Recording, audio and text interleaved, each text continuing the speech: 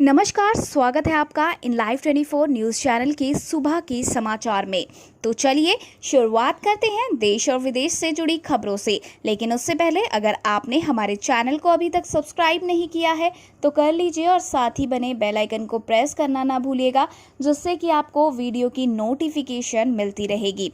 तो चलिए वापस आते हैं अपनी खबर पर और शुरू करते हैं खबरों का सिलसिला। चीन से तनाव के बीच आज शाम 4 बजे देश को संबोधित करेंगे पीएम नरेंद्र मोदी। कई तरह की हैं अटकलें।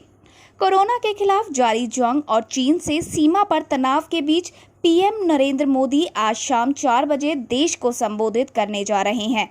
पीएमओ की ओर से ये जानकारी ऐसे समय पर दी गई है जबकि कुछ ही देर पहले सरकार ने 59 चाइनीज ऐप्स को बैन कर दिया है और इस बीच अनलॉक 2 को लेकर दिशा निर्देश भी जारी किए गए हैं। अभी फिलहाल ये नहीं बताया गया है कि पीएम मोदी किस मुद्दे पर देश को संबोधित करेंगे, लेकिन संभावना जताई जा रही है कि वो भारत चीन संबंधों को लेकर कोई बात देश के सामने रख सकते हैं। हालांकि इससे पहले भी कई बार पीएम मोदी ने जब देश को संबोधित किया है तो सभी अटकलों से अलग कुछ बात कही है।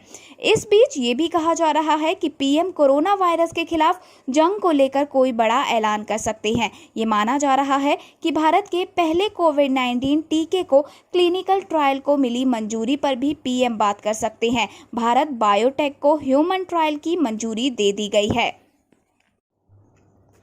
कोरोना मामले में अब दिल्ली ने भी चीन को पीछे छोड़ा, लेकिन मौत का आंकड़ा है काफी कम।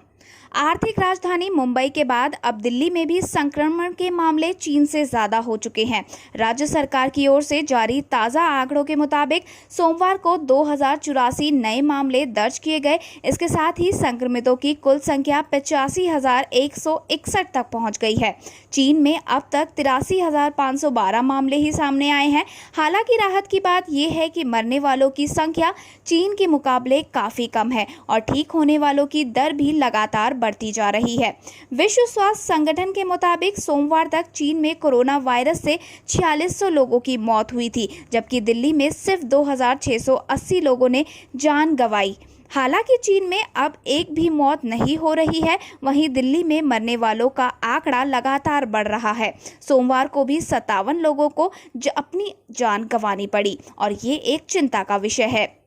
दिल्ली में अब तक 56,235 संक्रमित कोरोना को शिकस्त दे चुके हैं। सोमवार को राजधानी में 3,628 लोग कोरोना से ठीक हुए। वहीं दिल्ली में फिलहाल कोरोना के 26,246 एक्टिव केस हैं, जिनका इलाज अभी चल रहा है। वहीं अगर देखा जाए तो दिल्ली के बाद तमिलनाडु में भी आंकड़े चीन से ज्यादा हो चुके हैं। आंकड़ों को देखें तो तमिलनाडु में सोमवार तक 86,224 मामले थे। हालांकि यहां मौतें चीन, मुंबई और दिल्ली के मुकाबले काफी ज्यादा कम है।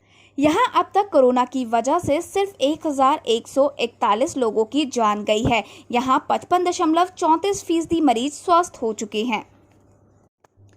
अनलॉक 2 की नई गाइडलाइंस, मेट्रो, जिम और बार पर रोक बरकरार। स्कूल कॉलेज 31 जुलाई तक रहेंगे बंद। कोरोना वायरस संक्रमण के बढ़ते प्रभाव को देखते हुए अनलॉक 2 में ज़्यादा छूट नहीं दी गई है। अनलॉक 2 में ध्यान रखा गया है कि लोग शारीरिक दूरी का पूरा पालन करें, इसलिए मेट्रो, बार, सिनेमा आदि पर रोक बरकरार रखी गई है। अनलॉक 1 खत्म होने से एक दिन पहले केंद्र सरकार ने सोमवार रात अनलॉक 2 के लिए दिशा निर्देश जारी कर दिए, जो 1 जुलाई से प्रभावी होंगे। स्कूल, कॉलेज और कोचिंग संस्थान 31 जुलाई तक बंद रहेंगे। उसके बाद राज्यों के साथ विचार विमर्श के बाद ही इन्हें खोलने का फैसला किया जाएगा। केंद्रीय गृह मंत्रालय की तरफ से जारी दिशा निर्देशों के मुताबिक अंतर्राष्ट्रीय उड़ानों पर भी अभी रोक रहेगी। हालांकि वंदे भारत अभियान के तहत अंतर्राष्ट्रीय उड़ानों को छूट रहेगी। घरेलू उड़ानों और यात्री ट्रेनों का दायरा भी चरणबद्ध तरीके से बढ़ाया जाएगा, लेकिन मेट्रो, रेल, सिनेमा, जिम और बार बंद रहेंगे। वहीं नई गाइडलाइंस के अनुसार रात के 10 बजे से लेकर सुबह के 5 बजे तक नाइट कर्फ्यू रहेगा। इस दौरान लोगों की आवाजाही पर रोक रहेगी। जरूरी गतिविधियों और कुछ अन्य को इसमें छूट दी गई है। देश की पहली कोरोना वैक्सीन हुई तैयार। अगले महीने से इंसानों पर परीक्षण को मिली मंजूरी। भारत की अग्रणी वैक्सीन निर्माता भारत बायोटेक ने ऐलान किया है कि उसने कोरोना वायरस पर प्रभावी वैक्सीन कोवैक्सीन बना ली है। इसके साथ ही कोरोना पर प्रभावी देश की पहली वैक्सीन के लिए मानव परीक्षण के पहले और दूसरे चरण को मंजूरी भी दे दी गई है। भारत बायोटेक ने अपने आधिकारिक बयान में कहा कि उसने भारतीय चिकित्सा अनुसंधान परिषद यानी कि ICMR और राष्ट्रीय विषाणु विज्ञान संस्थान के साथ मिलकर इसे तैयार किया है।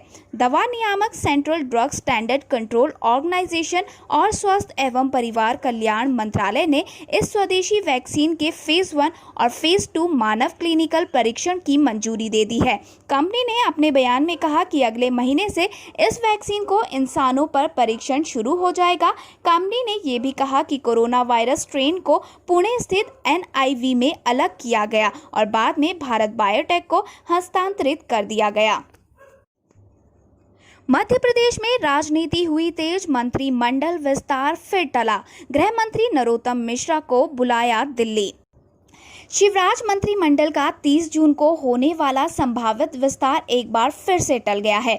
इसके लिए मुख्यमंत्री शिवराज सिंह चौहान रविवार से दिल्ली में डेरा डाले हुए हैं और मंत्रिमंडल में सभी वर्गों में संतुलन बैठाने की कोशिश भी कर रहे हैं। 2 दिन के दौरान उन्होंने केंद्रीय मंत्री नरेंद्र सिंह तोमर, राज्यसभा सदस्य ज्योतिरादित्य सिंधिया, भाजपा के राष्ट्रीय अध्यक्ष JP नड्डा से अलग अलग मुलाकातें की। वे केंद्रीय गृह मंत्री अमित शाह से भी 2 बार मिले। सोमवार शाम को उन्होंने प्रधानमंत्री नरेंद्र मोदी से भी मुलाकात की। प्रधानमंत्री से मुलाकात के बाद शिवराज का मध्य प्रदेश लौटने का कार्यक्रम भी रद्द कर दिया गया। प्रधानमंत्री आवास से निकलकर मुख्यमंत्री पहले तो तोमर से मिले, फिर सीधे मध्य प्रदेश भवन पहुंच गए। वहां मौजूद मीडिया से भी उन्होंने बातचीत नहीं की और अपने कक्ष में चले गए। देर शाम वे भाजपा मुख्यालय पहुंचे, जहां पार्टी के राष्ट्रीय अध्यक्ष नड्डा के साथ संभावित नामों पर नए सिरे से विचार विमर्श किया गया। इस बीच पार्टी ने मध्य प्रदेश के गृह मंत्री नरोत्तम मिश्रा को दिल्ली बुला लिया। इसके बाद से ही ये कयास लगा जा रहे हैं कि प्रदेश की सियासत में सब कुछ ठीक नहीं चल रहा। उधर राज्यसभा सदस्य ज्योतिरादित्य सिंधिया का भोपाल दौरा रद्द हो गया है। वे मंगलवार सुबह भोपाल आने वाले थे। बराला की जगह हरियाणा भाजपा का नया अध्यक्ष हुआ तय, ऐलान होगा जल्द। 3 में से 1 की होगी ताजपोशी। हरियाणा भाजपा के नए अध्यक्ष का ऐलान जुलाई के पहले सप्ताह में किसी भी दिन संभव है। भाजपा हाईकमान ने नए अध्यक्ष का नाम तय कर लिया है। मौजूदा प्रदेश अध्यक्ष सुभाष बराला के बेटे के मंगलवार को होने वाले विवाह समारोह के तुरंत बाद नए अध्यक्ष के नाम का ऐलान किया जा सकता है। बताया जा रहा है कि हाईकमान ने हरियाणा भाजपा के नए अध्यक्ष का नाम तय कर लिया है। केंद्रीय राज्य मंत्री कृष्णपाल गुर्जर, महिपाल टांडा और पूर्व मंत्री ओम प्रकाश धनखड़ में से कोई एक होगा। 3 दिन पहले सुभाष बराला की बेटी तमन्ना का विवाह हुआ था। मंगलवार को कुरुक्षेत्र में बेटे विकास बराला की शादी और करनाल में रिसेप्शन है। भाजपा के नए प्रदेश अध्यक्ष को लेकर हर पल घटनाक्रम बदल रहे हैं। सोमवार को राजनीतिक गलियारों में पूरे दिन चर्चा रही कि किसी सांसद या हारे हुए नेता को अध्यक्ष नहीं बनाया जाएगा। शाम को ये चर्चा पूरी तरह से बंद हो गई और प्रदेश अध्यक्ष का चयन जाट व गैर जाट की राजनीति में उलझ गया। भारत में टिकटॉक बैन होते ही सोशल मीडिया में मीम्स की आई बाढ़, सेलेब्स ने भी जताई खुशी। चीन के साथ चल रहे तनाव के मद्देनजर भारत सरकार ने 59 चीनी ऐप्स को देश में बैन कर दिया है, जिनमें बेहद लोकप्रिय यूजर वीडियो ऐप टिकटॉक भी शामिल है। टिकटॉक के बैन होने के साथ ही सोशल मीडिया पर इसको लेकर मजेदार मीम्स बनाए जा रहे हैं। वहीं सेलिब्रिटीज ने भी टिकटॉक बैन पर अपनी अपनी प्रतिक्रियाएं दी हैं। टिकटॉक ऐप आम लोगों के साथ सेलिब्रिटीज के बीच भी काफी ज्यादा लोकप्रिय है। टीवी स्टार से लेकर बॉलीवुड सेलिब्रिटीज भी टिकटॉक का इस्तेमाल करते थे। सेलिब्रिटीज ने टिकटॉक बैन करने पर खुशी जताई है। बॉलीवुड एक्ट्रेस अमृता राव ने लिखा कि भारत सरकार द्वारा चीनी ऐप्स को बैन करने का ये फैसला देश हित में और सुरक्षा के लिए अच्छा है। इसके अलावा सोशल मीडिया एडिक्शन से भी आज़ादी मिलेगी। इससे ब्रेक मिलने से लोगों को डिटॉक्स होने से मदद मिलेगी। अमृता ने बताया कि उन्होंने पहले ही टिकटॉक ऐप को अपने फ़ोन से डिलीट कर दिया था। वहीं कवि डॉक्टर कुमार विश्वास ने पीएमओ और गृह मंत्रालय को शुक्रिया कहते हुए लिखा, बहुत अच्छा लग रहा है क्योंकि मैंने कभी इन ऐप्स का इस्तेमाल नहीं किया है। ड्रैगन बस इंतजार करो, अभी और जाने वाले हैं। संयुक्त राष्ट्र में अलग थलग पड़ेगा चीन, सीमा विवाद पर ज्यादातर देश हैं भारत के साथ। भारत के साथ सीमा पर तनाव पैदा करने की वजह से चीन संयुक्त राष्ट्र सुरक्षा परिषद में भी अलग थलग पड़ेगा। संयुक्त राष्ट्र सुरक्षा परिषद में जहां चीन वीटो पावर के साथ 4 अन्य देशों के साथ स्थायी सदस्य है, वहां भी समर्थन भारत के पक्ष में ज्यादा है। अमेरिका, रूस, फ्रांस और ब्रिटेन सीमा मसले पर भारत की समझ के ज्यादा करीब है। फ्रांस का समर्थन भारत के लिए लगभग उस तरह का है जैसे कभी रूस का भारत के लिए होता था। रूस की मित्रता चीन से भी है, लेकिन अहम मौकों पर भारत का साथ देने की वजह से दोनों देशों का परंपरागत भरोसा बरकरार है। रूस ने मौजूदा विवाद में भी भारत के रुख को समझा है। अमेरिका भारत का बड़ा सामरिक सहयोगी बनकर उभरा है। सूत्रों ने कहा है कि ये सभी देश चीन के भारत विरोधी एजेंडे को बार बार ध्वस्त करते रहे हैं। सूत्रों ने कहा कि संयुक्त राष्ट्र में अस्थायी सदस्यता हासिल करने के बाद से भारत अन्य स्थायी व अस्थायी सदस्य देशों से आपसी समझ बढ़ा रहा है ताकि संयुक्त राष्ट्र में उसकी भूमिका प्रभावी हो सके। भारत चीन के बीच आज लेफ्टिनेंट जनरल स्तर की होगी बातचीत। भारत और चीन की सेनाओं के बीच मंगलवार को लेफ्टिनेंट जनरल स्तर की एक और दौर की वार्ता होगी ताकि पूर्वी लद्दाख में तनाव को कम किया जा सके और संवेदनशील क्षेत्र से सेनाओं को पीछे करने के तौर तरीकों को अंतिम रूप दिया जा सके। सूत्रों ने कहा है कि ये लेफ्टिनेंट जनरल स्तर की तीसरे दौर की वार्ता होगी और ये चुशूल सेक्टर में वास्तविक नियंत्रण रेखा पर भारतीय जमीन पर होगी। बातचीत शुरू होने का समय सुबह 10:30 बजे का रखा गया है। पहले 2 दौर की वार्ताओं में भारतीय पक्ष ने यथास्थिति की बहाली और गलवान घाटी, पैंगोंग त्सो और अन्य क्षेत्रों से हजारों चीनी सैनिकों की तत्काल वापसी पर जोर दिया था। पहली 2 बैठकें मोल्दो में LAC पर चीन की तरफ से हुई थी। पूर्वी लद्दाख में कई जगहों पर पिछले 7 सप्ताह से भारत और चीन की सेनाएं आमने सामने हैं। 15 जून को गलवान घाटी में हुए संघर्ष में 20 भारतीय जवानों को वीरगति प्राप्त हुई थी। इसके बाद तनाव और ज्यादा बढ़ चुका था।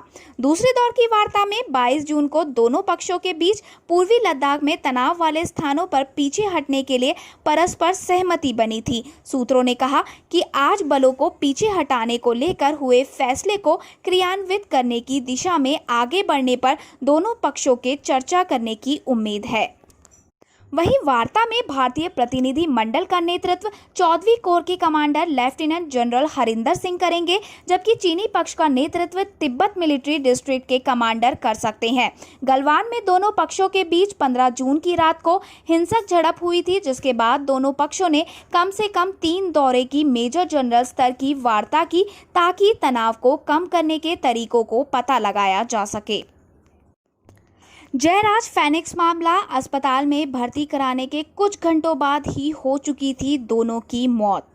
तमिलनाडु के तूतीकोरन जिले में कुछ दिन पहले पुलिस की कथित यातना से पिता पुत्र की मृत्यु के मामले में एक नया तथ्य सामने आया है कि इलाज के लिए अस्पताल में भर्ती कराने के कुछ घंटों के भीतर ही उनकी मृत्यु हो गई थी। सोमवार को सरकार द्वारा जारी किए एक आदेश में इस मामले को CBI को सौंप दिया गया है, जिसमें जयराज और उनके बेटे फैनिक्स की मौत से संबंधित घटनाक्रम का विवरण दर्ज है। आदेश में कहा गया है कि दोनों व्यक्तियों को निषेधाज्ञा के उल्लंघन के लिए 19 जून को गिरफ्तार किया गया था और अनिवार्य चिकित्सा जांच के लिए तूतीकोरन जिले के सतानकुलम में एक सरकारी अस्पताल के डॉक्टर के पास ले जाया गया था। अगले दिन एक मजिस्ट्रेट ने उन्हें न्यायिक हिरासत में भेज दिया और उन्हें कोवलपट्टी उप जेल में रखा गया था। फैनिक्स को 22 जून की शाम करीब 7:45 पर जेल अधिकारियों द्वारा कोवलपट्टी के सरकारी अस्पताल में भर्ती कराया गया था और रात 9 बजे इलाज के दौरान उनकी मृत्यु हो गई। आदेश में कहा गया है कि उसके पिता जयराज को भी उसी दिन रात करीब 10:30 बजे उसी अस्पताल में भर्ती कराया गया था और 23 जून की सुबह 5:40 पर उनकी मौत हो गई थी। पी जयराज और उनके बेटे फैनिक्स को अपनी मोबाइल फोन की दुकान समय सीमा के बाद खोलकर लॉकडाउन के नियमों का उल्लंघन करने के आरोप में गिरफ्तार किया गया था। उनके रिश्तेदारों ने आरोप लगाए कि पुलिसकर्मियों ने सातनकुलम थाने में उनकी बुरी तरह से पिटाई की है। रथ यात्रा वापसी उत्सव के दौरान पुरी में आज रात से 2 दिन के लिए कर्फ्यू होगा लागू। कोरोना वायरस महामारी के मद्देनजर भगवान जगन्नाथ की रथ यात्रा वापसी उत्सव के दौरान भीड़ एकत्र होने से बचने के लिए पुरी प्रशासन ने 2 दिन का कर्फ्यू लागू करने की घोषणा की है। पूरे जिले में आज रात 10 बजे से 2 जुलाई की रात 10 बजे तक जिले में कर्फ्यू रहेगा। बाहुड़ा यात्रा के नाम से मशहूर इस उत्सव के दौरान भगवान जगन्नाथ अपने भाई बहन के साथ श्री मंदिर लौटते हैं। ये उत्सव 1 जुलाई को मनाया जाएगा। पुरी में प्रवेश के सभी रास्ते सील रहेंगे और कर्फ्यू के समय में रथ यात्रा उत्सव में शामिल वाहनों के अलावा किसी वाहन को अनुमति नहीं दी जाएगी। इस घोषणा के एक दिन पहले ही ओडिशा के मुख्यमंत्री नवीन पटनायक ने रथ यात्रा वापसी उत्सव को सफल बनाने के लिए लोगों से सुप्रीम कोर्ट के आदेश और कोविड-19 के दिशा निर्देशों का पालन करने की अपील की थी। पटनायक ने 1 जुलाई को बहुधा यात्रा की तैयारियों की शुक्रवार को समीक्षा की। कोरोना वायरस प्रतिबंधों के बीच 23 जून को निर्बाध रथ यात्रा सुनिश्चित करने के लिए 12वीं सदी के मंदिर के सेवकों श्री जगन्नाथ मंदिर प्रशासन, स्वास्थ्य विभाग, पुलिस और जिला प्रशासन की प्रशंसा की थी। मुख्यमंत्री ने 23 जून को रथ यात्रा को सफल बनाने के लिए सरकार के साथ सहयोग करने और संयम बरतने के लिए पुरी वासियों को विशेष रूप से धन्यवाद भी दिया। उन्होंने कहा, मैं चाहता हूं कि भगवान की वापसी और अन्य अनुष्ठान भी इसी भावना के साथ आयोजित किए जाएं। आपको बताते हैं कि क्या है आखिर परंपरा। रथ के रूप की बात करें तो जगन्नाथ, उनके भाई बलराम और बहन सुभद्रा के 3 रथ बनाए जाते हैं। ये रथ लकड़ी के बने होते हैं। जगन्नाथ जी के रथ को नंदी घोष, बलराम जी के रथ को तलध्वज और सुभद्रा जी के रथ को देवदलन है। तीनों रथों को जगन्नाथ मंदिर से खींचकर 2 किलोमीटर की दूरी पर स्थित गुंडीचा मंदिर तक लाया जाता है। गुंडीचा मंदिर 7 दिनों तक जगन्नाथ भगवान यही निवास करते हैं। इसके बाद आषाढ़ शुक्ल दशमी के दिन वापसी, जिसे बाहुड़ा यात्रा कहते हैं। इस दौरान पुनः गुंडीचा मंदिर से भगवान के रथ को खींचकर जगन्नाथ मंदिर तक लाया जाता है। कांग्रेस ने किया चीनी ऐप पर रोक लगाने के फैसले का स्वागत और प्रभावी कदम उठाने की करी मांग। कांग्रेस ने 59 चीनी ऐप पर रोक लगाने के फैसले का स्वागत करते हुए सोमवार को कहा कि केंद्र को और प्रभावशाली कदम उठाने चाहिए। इससे पहले भारत ने लोकप्रिय टिकटॉक सहित 59 चीनी ऐप पर रोक लगाते हुए कहा कि ये देश की संप्रभुता, अखंडता और सुरक्षा के प्रति पूर्वाग्रही है। वहीं कांग्रेस के वरिष्ठ नेता अहमद पटेल ने कहा कि चीन की सेना द्वारा भारतीय सेना पर हमले की पृष्ठभूमि में ये स्वागत योग्य फैसला है। पटेल ने ट्विटर पर कहा, हम चीनी ऐप को प्रतिबंधित करने के फैसले का स्वागत करते हैं। हमारे क्षेत्र में घुसपैठ और चीनी सेना द्वारा हमारे सशस्त्र बलों पर आक्रामक हमले के मद्देनजर हम उम्मीद करते हैं कि सरकार और अधिक प्रभावी कदम उठाएगी। वहीं कांग्रेस प्रवक्ता मनीष तिवारी ने कहा, चीनी ऐप पर रोक लगाना अच्छा विचार है, लेकिन चीनी दूरसंचार और अन्य कंपनियों से पीएम केयर्स कोष में मिले पैसों का क्या अच्छा विचार है या बुरा। आपको बता दें कि चीन के साथ सीमा पर जारी गतिरोध के बीच बड़ा फैसला किया गया है। भारत में 59 चीनी ऐप्स पर प्रतिबंध लगा दिया गया है। जिन ऐप्स पर प्रतिबंध लगाया है उनमें TikTok, UC browser, share it आदि ऐप्स है। इनके अलावा Helo, Likee, CamScanner, Shein Kwai भी बैन कर दिया गया है। बाइडू मैप, केवाई, डीयू बैटरी स्कैनर भी बैन हो चुका है। आपको बता दें कि सरकार ने इन चीनी ऐप्स पर IT एक्ट 2000 के तहत बैन लगाया है। के वेणुगोपाल 1 वर्ष के लिए दोबारा नियुक्त किए गए अटॉर्नी जनरल। के वेणुगोपाल को सोमवार को दोबारा 1 वर्ष के लिए भारत का अटॉर्नी जनरल नियुक्त किया गया। उनका वर्तमान का 3 वर्षीय कार्यकाल मंगलवार को समाप्त होना है। एक अधिसूचना के मुताबिक बताया गया कि राष्ट्रपति को वरिष्ठ अधिवक्ता के वेणुगोपाल को 1 जुलाई से 1 वर्ष की अवधि के लिए पुनः भारत का एक अधिसूचना के मुताबिक बताया गया कि राष्ट्रपति को वरिष्ठ अधिवक्ता के वेणुगोपाल को 1 जुलाई से 1 वर्ष की अवधि के लिए पुनः भारत का अटॉर्नी जनरल नियुक्त करते हुए प्रसन्नता हो रही है। देश के जाने माने अधिवक्ता वेणुगोपाल ने बतौर अटॉर्नी जनरल 30 जून 2017 को मुकुल रोहतगी का स्थान लिया था। शिवसेना ने कहा, मुंबई में भीड़ कम करने के लिए यूपी और बिहार में तैयार किया जाए इंफ्रास्ट्रक्चर। केंद्रीय मंत्री नितिन गडकरी पर निशाना साधते हुए शिवसेना ने सोमवार को कहा कि यदि मुंबई और पुणे जैसे स्मार्ट शहर उत्तर प्रदेश और बिहार में हो तो देश की आर्थिक राजधानी में अपने आप जनसंख्या घनत्व कम हो जाएगा। दरअसल कोरोना वायरस के बढ़ते मामलों का जिक्र कर गडकरी ने कहा था कि मुंबई में भीड़ कम किए जाने की जरूरत है, क्योंकि अत्यधिक जनसंख्या घनत्व के कारण विनाशकारी परिणाम का सामना करना पड़ रहा है। मुखपत्र सामना में शिवसेना ने दावा किया कि लॉकडाउन के चलते अपने घर लौटे करीब 1.5 लाख प्रवासी कामगार वापस महाराष्ट्र आ गए, क्योंकि घर लौटने पर उन्हें कोई काम नहीं मिला। मुंबई देश के खजाने में अहम योगदान करता है, लेकिन कोविड-19 से निपटने के लिए उसे केंद्र की ओर से पर्याप्त आर्थिक मदद नहीं मिली। गडकरी के बयान पर प्रतिक्रिया देते हुए पार्टी ने कहा कि यदि आप मुंबई और पुणे जैसे स्मार्ट शहर उत्तर प्रदेश और बिहार में खड़े कर देंगे तो अपने आप इन शहरों में लोगों की भीड़ कम हो जाएगी। इन राज्यों में पहले नौकरियां पैदा की जानी चाहिए। तिब्बती नेता बोले, चीन के साथ द्विपक्षीय वार्ता के दौरान भारत को तिब्बत का मुद्दा उठाना चाहिए। पूर्वी लद्दाख में चीन और भारत के बीच जारी तनातनी के बीच तिब्बत को निर्वासित सरकार के प्रमुख लोब्सांग सांगे ने सोमवार को कहा कि भारत को चीन के साथ द्विपक्षीय वार्ता में तिब्बत का मुद्दा उठाना चाहिए और इसे प्रमुख मुद्दा बनाना चाहिए। विदेशी संवाददाता क्लब द्वारा आयोजित वेबिनार में सांगे ने कहा कि तिब्बत भारत और चीन के बीच तनाव का एक कारण है। उन्होंने कहा कि तिब्बत ने हमेशा दुनिया की 2 सबसे बड़ी आबादी वाले देशों चीन और भारत के बीच बफर जोन का काम किया, लेकिन उस पर कब्जे के बाद ये समाप्त हो गया। केंद्रीय तिब्बती प्रशासन के प्रमुख ने कहा कि पंचशील संधि के साथ चीन ने विश्वासघात के बीज बोए। सांगे ने कहा कि भारत ने तिब्बत पर कब्जा होने के बाद भारी कीमत चुकाई है। उन्होंने कहा, चीन कहता है कि तिब्बत मुख्य मुद्दा है, भारत को भी यही कहना चाहिए। उन्होंने कहा कि तिब्बत का मुद्दा सुलझाने के लिए भारत का नेतृत्व करना चाहिए। जम्मू कश्मीर में अनंतनाग में 2 आतंकी हुए ढेर तलाशी अभियान अभी जारी, डीजीपी दिलबाग सिंह ने दी जानकारी। जम्मू कश्मीर के अनंतनाग जिले के वाघामा इलाके में मंगलवार सुबह सुरक्षा बलों और आतंकियों के बीच शुरू हुई मुठभेड़ में 2 आतंकियों को मार गिराया है। फिलहाल पूरे इलाके को घेरकर सुरक्षा बलों और पुलिस द्वारा तलाशी अभियान चलाया जा रहा है।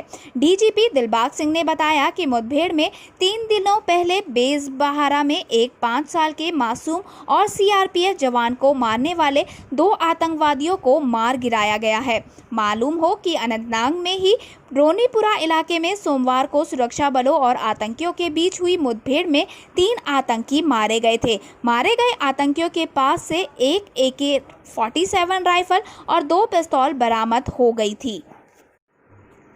दिल्ली एनसीआर में फिर बदल सकता है मौसम, अगले 1-2 घंटे में हो सकती है झमाझम बारिश।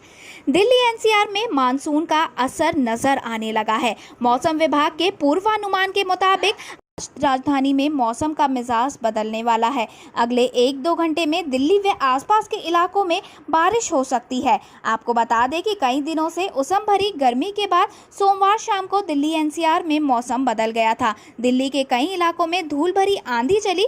दिल्ली के आसपास कई इलाकों में बारिश भी हुई। भारतीय मौसम विज्ञान विभाग ने पूर्वानुमान में बताया था कि अगले कुछ घंटों में मौसम में बदलाव आएगा। इस दौरान 20 से 40 किलोमीटर की रफ्तार से तेज हवाएं चलेंगी। मौसम विभाग ने तेज हवाओं के साथ बारिश का भी अनुमान जताया था। आज झांसी दौरे पर रहेंगे सीएम योगी, पेयजल योजना की करेंगे शुरुआत। 197 गांवों के ग्रामीणों की बुझेगी प्यास। मुख्यमंत्री योगी आदित्यनाथ हर घर जल योजना की आधारशिला रखने की आज झांसी पहुंचेंगे। इस दौरान वो महारानी लक्ष्मीबाई मेडिकल कॉलेज का भी निरीक्षण करेंगे। मुख्यमंत्री हेलीकॉप्टर से दोपहर 1:20 पर गांव पंचायत गुलारा पहुंचेंगे। यहाँ वो जल जीवन मिशन के अंतर्गत ग्रामीण पाइप पेयजल योजना का शुभारंभ करेंगे। दोपहर 2:55 पर कार्यक्रम स्थल पर रुकने के बाद सीएम गौशाला का निरीक्षण व वृक्षारोपण करेंगे। यहां से वो हेलीकॉप्टर से शाम 3:30 बजे महारानी लक्ष्मीबाई मेडिकल कॉलेज के नॉन कोविड अस्पताल का निरीक्षण करेंगे। आधे घंटे के निरीक्षण के बाद वो लखनऊ के लिए प्रस्थान कर जाएंगे। मुख्यमंत्री के दौरे को लेकर प्रशासन अलर्ट हो गया है। सोमवार को दिन भर कार्यक्रम की तैयारियों को अंतिम रूप दिया जाता रहा। ग्रामीण क्षेत्रों को पेयजल संकट से मुक्त करने के लिए मुख्यमंत्री योगी आदित्यनाथ आज झांसी में ग्रामीण पाइप पेयजल योजना का शिलान्यास कर रहे हैं। इस योजना के तैयार होने पर जिले के 157 गांवों के 3,42,309 ग्रामीणों की प्यास बुझाई जा सकेगी। उमा भारती बोली, राहुल को चीन का चरित्र समझने की है जरूरत, अटल बिहारी से सीख ले, इस मामले पर करे बयानबाजी। उत्तर प्रदेश के कानपुर देहात में पूर्व केंद्रीय मंत्री उमा भारती ने कहा कि कांग्रेस के पूर्व राष्ट्रीय अध्यक्ष राहुल गांधी को चीन का इतिहास देखना चाहिए। बांग्लादेश के मुद्दे पर अटल बिहारी वाजपेयी ने इंदिरा गांधी का पूरा साथ दिया था। इससे राहुल को सीख लेकर बयानबाजी करनी चाहिए। उमा भारती सोमवार को भोपाल से लखनऊ कोर्ट में एक मामले की सुनवाई में जा रही थी। लखनऊ कोर्ट में कोरोना पॉजिटिव मिलने पर सुनवाई स्थगित होने पर वो माती सर्किट हाउस में विश्राम के लिए रुक गई। इस दौरान पत्रकारों से बातचीत की। हाल ही में राहुल गांधी ने बयान दिया था कि भारत कोरोना से निपटने में लगा रहा और चीन ने भारत की जमीन पर कब्जा कर लिया। इस बयान पर उमा भारती ने कहा कि बांग्लादेश के मुद्दे पर इंदिरा गांधी सरकार के समय पाकिस्तान से युद्ध हुआ था, तब अटल बिहारी वाजपेयी पूरी तरह से सरकार के साथ थे। इससे सीख लेकर राहुल को बयान देना चाहिए। राहुल को जवाहरलाल नेहरू के समय का इतिहास भी देखना चाहिए। तब हिंदी चीनी भाई भाई के नारे लगे थे। ये नारे चीन ने ही लगवाए थे। इसके बावजूद गद्दारी की थी। वो पेट्रोल और डीजल की बढ़ती कीमतों के सवाल को टाल गई। बाद में वो लखनऊ के लिए रवाना हो गई। कोरोना की दवा बनाने के दावे से पलटी पतंजलि, आयुष विभाग के नोटिस का दिया जवाब। कोरोना की दवा बनाने के अपने पूर्व दावे से पतंजलि योगपीठ पलट गई है। प्रदेश के आयुष विभाग की ओर से दिए गए नोटिस के जवाब में पतंजलि ने कहा कि उसने कभी भी कोरोना की दवा बनाने का दावा नहीं किया, बल्कि जो दवा बनाई गई है उससे कोरोना के मरीज ठीक हुए हैं। कहा है कि विभाग की ओर से जिस उद्देश्य के लिए लाइसेंस जारी किया गया था, उसी के अनुरूप इम्यूनिटी बूस्टर, खांसी और बुखार की दवा बनाई गई। पतंजलि अब भी अपने दावे और दवा दोनों पर कायम है। आपको बता दें कि बीती 23 जून को पतंजलि के दिव्य फार्मेसी ने राजस्थान के निम्स यूनिवर्सिटी के साथ मिलकर कोरोनिल और शास्त्री वटी लॉन्च करते हुए इससे कोरोना के मरीजों को ठीक करने का दावा किया था। प्रेस कॉन्फ्रेंस में ये कहा गया था कि मरीजों पर इनका क्लिनिकल टेस्ट किया गया है, लेकिन तुरंत बाद ही स्वास्थ्य मंत्रालय के आयुष विभाग ने इस दावे को नकार दिया था।